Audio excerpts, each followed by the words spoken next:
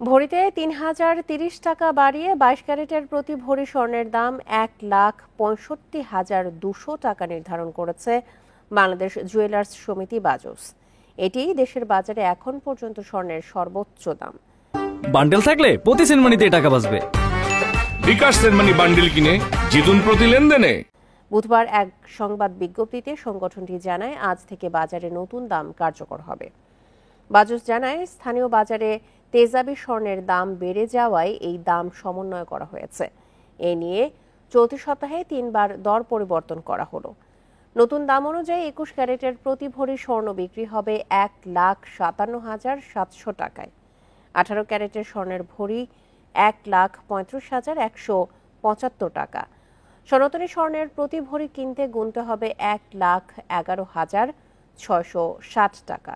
বাজুস জানায়, স্বর্ণের দাম পরিবর্তিত হলেও রূপা বিক্রি হবে আগের দামেই।